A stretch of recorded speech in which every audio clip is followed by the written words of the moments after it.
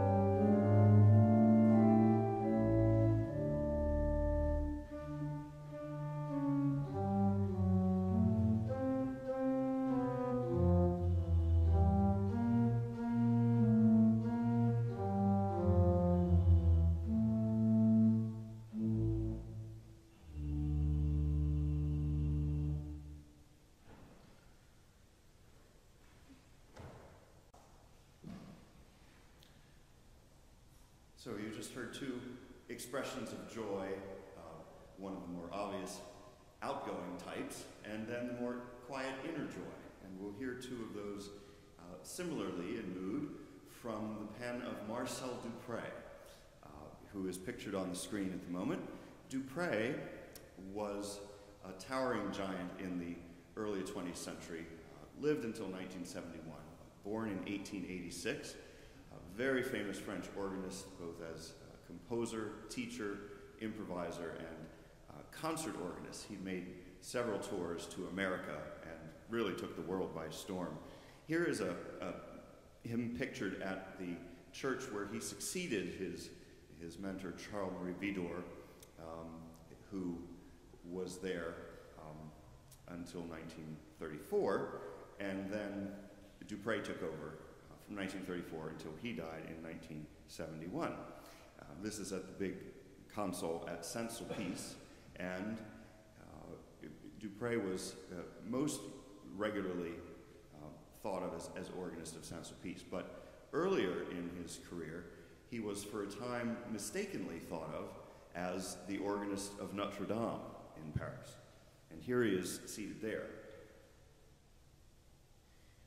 This is the young Dupré, around 1919, when he was assistant to Louis Vierne, who was there from 1900 until 1937. But in the concert publicity announcing Dupré's first organ tour of America, he was listed, according to his agent, as the titular organist of Notre Dame. And this did not go over very well with Louis Vierne, let's say. He was the assistant, but of course, good press, even if it was incorrect, led to larger recital bookings and all those sorts of things. Anyway, he was the assistant at Notre Dame, and on an August afternoon, perhaps on August 15th, the Feast of the Virgin, he improvised at Notre Dame a series of 15 short pieces for organ, interspersed with the liturgical action of Vespers for Our Lady. And these 15 pieces were so ingenious in their commentary on the mood of the scripture and the liturgy that a very famous listener in the congregation that day decided to pay Marcel Dupré to write those pieces down. Dupré had simply improvised them and had not given thought to their permanence. However, the person who heard them was none other than the head of the Rolls-Royce automobile company in England, Claude Johnson. And Mr. Johnson made himself known to Dupré and essentially commissioned him to write these pieces down, which he did and published them. And they've become a staple of young organists' repertoire. Some of them are quite easy, and if you give a young student a piece by, or a book of pieces by Marcel Dupré, she or he will feel immediately that something special is being learned. And I remember learning these pieces in high school and being thrilled to play something by Marcel Dupré. And in that way, Dupré wrote something a bit like Bach's Little Organ Book, which was written to educate Bach's own sons in the art of playing the organ. So here are these delightful 15 improvisations, and I'm going to play two of them now. The first of these is a Magnificat of the overtly joyous variety. It's a bit softer than the Bach fanfare, but it's very joyful in its use of 2-against-3 rhythm and soaring flutes and modern harmony. It just suggests Mary's joy stirred up by the news from the angel. And then the second Magnificat is the text at the end of that bit of scripture, as he promised to his forefathers, Abraham and his seed forever. The fulfillment of ancient prophecy from Isaiah here recorded in music that is slow and peaceful and luminous in a very quietly joyful way. So here's Mary's joy, and then the eternal joy.